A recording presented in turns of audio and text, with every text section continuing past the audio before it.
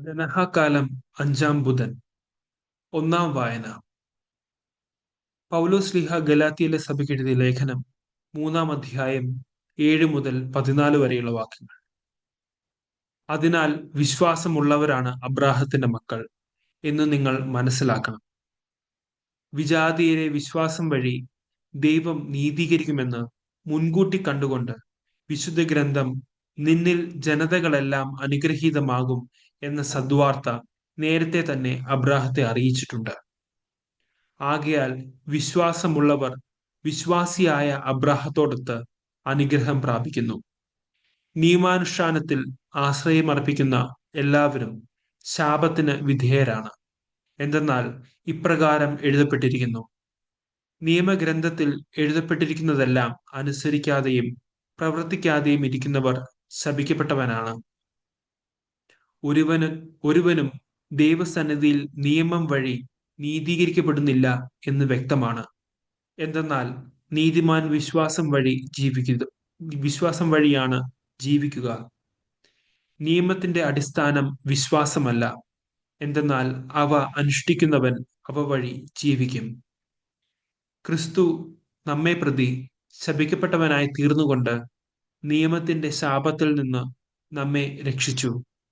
എന്തെന്നാൽ മരത്തിൽ തൂക്കപ്പെടുന്നവൻ ശപിക്കപ്പെട്ടവനാണ് എന്ന് എഴുതിയിരിക്കുന്നു. അബ്രാഹത്തിന് ലഭിച്ച അനുഗ്രഹം യേശു ക്രിസ്തു വഴി വിജാതീയരിലേക്കും വ്യാപിക്കേണ്ടതിനും ആത്മാവിന്റെ വാഗ്ദാനം വിശ്വാസം വഴി നമ്മൾ പ്രാപിക്കേണ്ടതിനുമാണ് ഇപ്രകാരം സംഭവിച്ചത്. സുവിശേഷ വായന.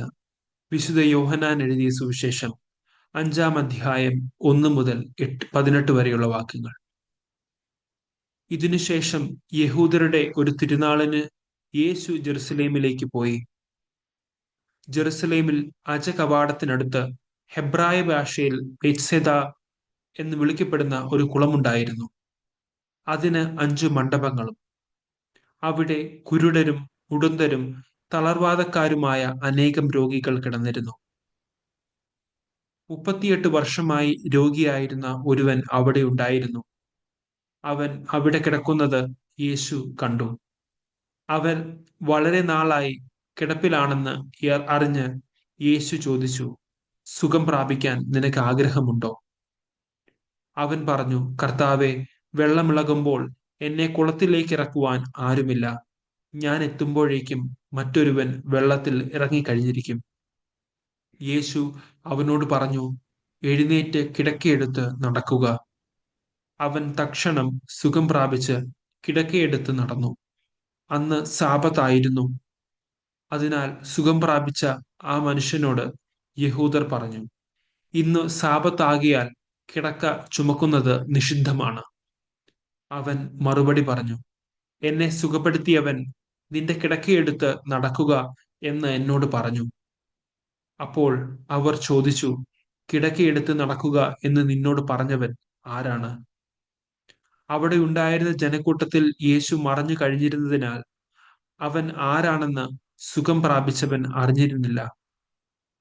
പിന്നീട് യേശു ദേവാലയത്തിൽ വച്ച് അവനെ കണ്ടപ്പോൾ പറഞ്ഞു, ഇതാ, നീ സൗഖ്യം പ്രാപിച്ചിരിക്കുന്നു. കൂടുതൽ മോശമായതൊന്നും സംഭവിക്കാതിരിക്കാൻ മേലിൽ പാപം ചെയ്യരുത്. അവൻ പോയി യേശുവാണ് തന്നെ സുഖപ്പെടുത്തിയതെന്ന് യഹൂദരെ അറിയിച്ചു. സാപത്തിൽ ഇപ്രകാരം പ്രവർത്തിച്ചതിനാൽ യഹൂദർ യേശുവിനെ ദ്വേഷിച്ചു. യേശു അവരോട് പറഞ്ഞു, എന്റെ പിതാവ് ഇപ്പോഴും പ്രവർത്തന നിരതനാണ്. ഞാനും പ്രവർത്തിക്കുന്നു. ഇതുമൂലം അവനെ വധിക്കാൻ യഹൂദർ കൂടുതലായി പരിശ്രമിച്ചു. കാരണം അവൻ സാപത്ത് ലംഘിക്കുക മാത്രമല്ല, തന്നെ തന്നെ ദൈവതുല്യനാക്കിക്കൊണ്ട് ദൈവത്തെ തന്റെ പിതാവെന്ന് വിളിക്കുകയും ചെയ്തു. നമ്മുടെ കർത്താവായ മിശിഹായ്ക്ക് സ്തുതി.